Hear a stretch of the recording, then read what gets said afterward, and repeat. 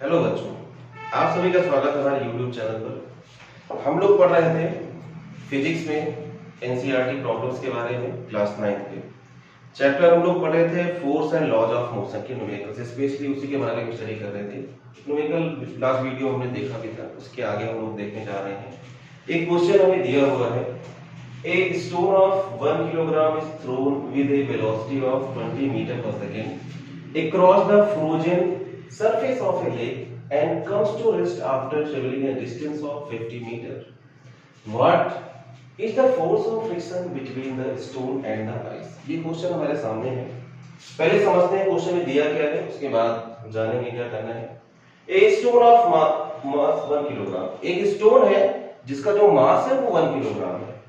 इस throne with velocity, वो फेंका जा रहा है velocity of 20 metre per second, 20 metre per second की इनिशियल वेलोसिटी के साथ across the frozen lake surface of A lake, एक लेक है जो फ्रोजन है, जमी हुई है, उसी के सरफेस पर वो फेंका गया है।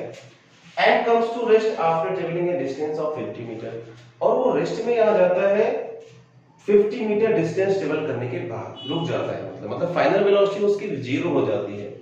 What is the force of friction between the stone and ice? तो आइस और स्टोन के बीच जो फ्रिक्शन फोर्स लग रहा होगा वो आपसे पूछा गया है। ठीक है, एक बार देखते हैं क्वेश्चन में।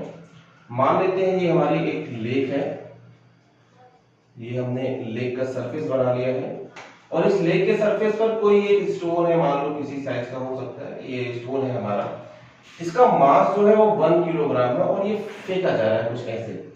ठीक है, इनिशियल वेलोसिटी इसकी 20 मीटर पर सेकंड है, मतलब ये u इक्वल्स टू 20 मीटर पर सेकंड से फेंका गया है उधर की ओर फ्रोजन सरफेस ऑफ लेक पर, और फाइनली मान लेते हैं ये 50 मीटर डिस्टेंस ट्रेवल करने के बाद कुछ यहां पहुंचता है और 50 मीटर डिस्टेंस से ट्रेवल करता है यहां से यहां तक जाने में, और यहां पहुंचने के बाद ये रुक जाता है। इसका मतलब जो इसकी फाइनल वेलोसिटी v है वो 0 है।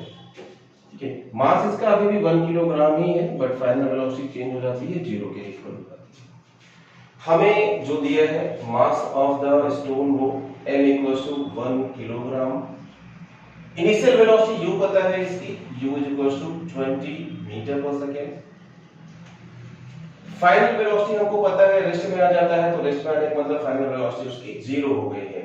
ठीक है, और वो डिस्टेंस ट्रेवल करता है यहां से वहां तक जाने में 50 मीटर, यस उसने दे रखा है 50 मीटर। क्वेश्चन में हमसे पूछा है what is the force of friction between the stone and ice. ये जो हमारा स्टोन है, जो आइस की सरफेस है, इस सरफेस के बीच यहां पे फ्रिक्शन फोर्स लग रहा होगा। फ्रिक्शन फोर्स हमें मोशन के हमेशा अपोजिट लगता है, तो अगर हम देखें तो फ्रिक्शन फोर्स इधर की ओर लग रहा होगा, इसके मोशन को अपोज कर रहा होगा हमेशा। ठीक है, तो आपको F बताना है। F तब निकलेगा जब मुझे एक्सेलरेशन पता होगा इसका। पहले तो एक्सेलरेशन निकालना होगा, मतलब A हमें नहीं मालूम, वो फाइंड आउट करना होगा। फोर्स निकालना ही है हमें, F equals to question mark है। अब हमें दिया है m पता है, u पता है, v पता है, s पता है, और पहले तो a निकालें। ऐसी कौन सी इक्वेशन ऑफ मोशन है जिसमें हम इन तीन क्वांटिटीज या चार का यूज करें और a निकालना है? तो हम देखते हैं u, v, s और a हमारी थर्ड इक्वेशन ऑफ मोशन में आता है, तो हम लोग लिख सकते हैं by third equation of motion.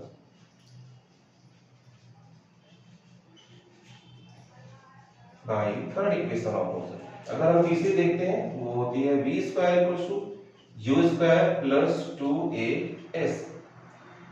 v हमें पता है फाइनल वेलोसिटी 0 हो रही है, यहां पे 0 रखेंगे तो 0 square is equals to initial velocity 20 थी, हम 20 रखेंगे तो 20 square plus of 2 into a हमें फाइंड ही करना है, इनटू ऑफ डिस्टेंस दे रखा है 15 मीटर,